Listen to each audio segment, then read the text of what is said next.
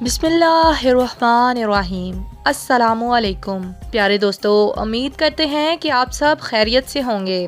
آج ہم آپ کو بتائیں گے کہ حضرت یوسف علیہ السلام اور زلیخا کی حیرت ناک موت اور دفن کرنے کا مکمل واقعہ۔ حضرت یعقوب علیہ السلام کا ایک بھائی تھا جسے انہوں نے 40 سالوں سے نہیں دیکھا تھا۔ انہوں نے ارادہ کیا کہ اپنے بھائی کی زیارت کریں۔ جب ان دونوں نے ایک دوسرے کو دیکھا تو حضرت اسرائیل کو حکم ہوا کہ ان دونوں کی روح قبض کر لیں اور ہمارے سپرد کر دیں۔ حضرت اسرائیل علیہ السلام نے ان دونوں کی روح قبض کی اور خدا کی طرف لے گئے۔ حضرت یوسف علیہ السلام نے جب یہ سنا تو اپنے سر سے تاج اتار کر پھینک دیا اور اپنے بدن پر جو ریشمی لباس تھا اس کو پارا پارا کر دیا، اور سروپا برہنہ اپنے لشکر کے ساتھ دوڑے اور روتے ہوئے اپنے والد اور چچا کے جنازے تک پہنچے۔ جب ان دونوں کو دیکھا تو غم اور حسرت کی وجہ سے رونے لگے۔ سر اٹھایا اور حسرت سے آسمان کی طرف دیکھا۔ یکایک آسمان کے دروازے کھلے اور انبیاء کی روحیں اور فرشتے ان کے استقبال کے لیے آئے۔ حضرت یوسف علیہ السلام نے عالم ارواح کو دیکھا جو نور سے مزین تھی۔ فرشتوں نے نثارِ رحمت کو ہاتھوں میں لیا اور ان کو یعنی حضرت یعقوب علیہ السلام کو اور ان کے بھائی کو دنیا سے لیا اور غسل دیا اور ان دونوں کو بیت المقدس میں ایک قبر میں دفن کیا۔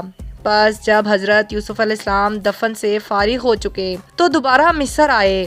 خود کو دیکھا 4 غموں نے ان کو لپیٹا ہوا تھا۔ ایک یتیمی کا دکھ، دوسرا غریبی کا درد و غم، غریبی یعنی غریب الوطنی، تیسرا باپ کی جدائی کا غم اور چوتھا چچا کی جدائی کا غم۔ آپ میں ان غموں کو برداشت کرنے کی طاقت نہیں تھی۔ جب رات ہوئی تو آپ علیہ السلام دریائے نیل کے کنارے گئے، مصلی بچھایا، اخلاص کے ساتھ کھڑے ہوئے اور رات سے دن تک نماز پڑھی۔ آخر میں کہا، اے خدا، تو نے بھائیوں کے مکر سے بچایا، عورتوں کے مکر سے خبردار کیا اور زندان سے باہر نکالا اور حکمرانی دی، رسالت اور نبوت کا لباس پہنایا، علم و حکمت سکھایا۔ یہ دنیا باقی نہیں رہے گی۔ میری ایک دعا ہے، اے رحیم، تو میری دعا قبول کر لے اور اس عالم سے، اس دنیا سے مجھے مسلمان باہر نکال اور میرے آباء و اجداد کی صحبت عطا کر۔ حضرت جبرائیل آئے اور کہا، اے یوسف علیہ السلام، خداوند تعالیٰ نے آپ کو سلام بھیجا ہے اور کہتا ہے تمہارے والد اور چچا کی عمر ختم ہو گئی تھی۔ جب ایک دوسرے سے ملے تو مہلت نہیں ملی کہ ایک دوسرے سے بات کریں اور دونوں کی جان لے لی گئی۔ تمہاری ابھی عمر ختم نہیں ہوئی، اسی طرح مناجات کرو اور اپنی زندگی کو آخرت کے لیے آمادہ کرو کہ جب موت کا وقت آ گیا تو مہلت نہیں دی جائے گی۔ پس حضرت یوسف علیہ السلام نے باپ کی وفات کے بعد تاج سر پر نہیں رکھا اور تخت پر نہیں بیٹھے، ہر رات خدا کی عبادت میں گزارتے اور دریائے نیل کے کنارے جاتے اور خدا سے مناجات کرتے۔ راتوں میں سے ایک رات حضرت یعقوب علیہ السلام اور حضرت اسحاق علیہ السلام کو خواب میں دیکھا کہ جنت کا لباس پہنا ہوا تھا اور کرامت کا تاج سر پر سجایا ہوا تھا۔ اے یوسف، 20 سال ہوئے، آپ کا دل ہم سے ملنے کی خواہش میں جل رہا ہے۔ آپ کو خوشخبری ہو کہ 3 دنوں میں تم ہم سے آ ملو گے۔ روایت میں ہے کہ حضرت یوسف علیہ السلام نے ان 3 دنوں میں باپ کو دیکھنے کی خواہش میں اتنی گریہ وزاری کی کہ ان کے والد حضرت یعقوب علیہ السلام نے ان 40 سالوں میں ان سے ملنے کی خواہش نہیں کی تھی۔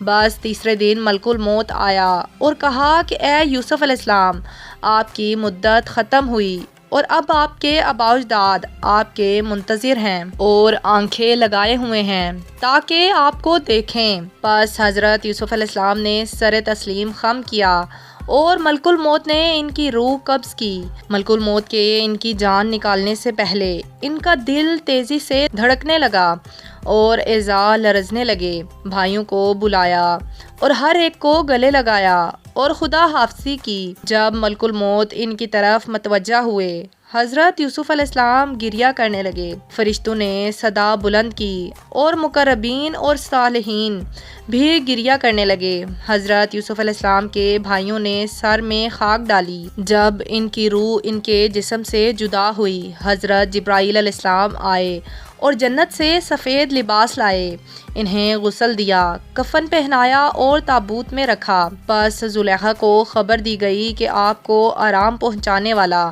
ساتھی دنیا سے رحلت کر گیا۔ زلیخا نے جب یہ سنا تو حضرت یوسف علیہ السلام کی طرف متوجہ ہوئی اور گریہ کرنے لگی۔ جب تابوت تک پہنچی، تابوت کو لیا اور کہا کہ اے یوسف، یہ تم ہو جو اتنی جلدی مجھ سے دور ہو گئے ہو۔ اپنا سر تابوت سے مارا اور بے ہوش ہو گئیں۔ 3 دن اور 3 رات بے ہوش رہیں۔ جب ہوش میں آئیں تو نوحہ کرنے لگیں اور کہا، جانتے ہو حضرت یوسف علیہ السلام نے آخری وقت اور رحلت کے وقت کیا کہا؟ ان سب نے کہا کہ حضرت یوسف علیہ السلام نے فرمایا، اے خدا، اگر تمہارے نزدیک میری اہمیت ہے تو میری جان لے لے، اس حالت میں کہ میں مسلمان ہوں اور صالحین کی صحبت میں رہوں۔ پھر کیا تھا؟ زلیخا نے بھی یہی درخواست کی اور کہا، اے خدا، میری جان لے لے اور صالحین کی صحبت تک پہنچا دے، یوسف کی صحبت تک پہنچا دے۔ خدا تعالیٰ نے ان کی دعا قبول کی اور ان کے جسم سے روح خارج ہوئی اور حضرت یوسف علیہ السلام کی روح تک پہنچی اور ان سے مہلک ہو گئی، تاکہ جیسے دنیا میں ایک دوسرے کے ساتھ تھے، آخرت میں بھی ایک دوسرے کے ساتھ ہوں۔ پھر ان کے جنازے اٹھائے گئے۔ مصریوں کی آہ و فغاں بلند ہوئی، ہر کوئی نوحہ کرتے ہوئے رونے لگا۔ مصر کے لوگ دفن کرنے کی جگہ میں اختلاف کرنے لگے۔ ایک گروہ نے کہا، ان کو کنعان کے دروازے کے پاس دفن کریں۔ کچھ نے کہا کہ کسی اور جگہ۔ پس خداوند تعالیٰ نے دریائے نیل کو خشک کیا اور بزرگان کو الہام کیا کہ دریائے نیل کے درمیان میں دفن کریں، تاکہ جب پانی ادھر سے گزرے اس کی برکت کل عالم اور اس جگہ کے اطراف تک پہنچے۔ ناظرین، اسی طرح کی اسلامی ویڈیوز دیکھنے کے لیے ہمارے چینل کو سبسکرائب ضرور کریں۔ کمنٹ باکس میں اللہ تعالیٰ کے 99 ناموں میں سے کوئی ایک نام ضرور لکھیں۔ شکریہ۔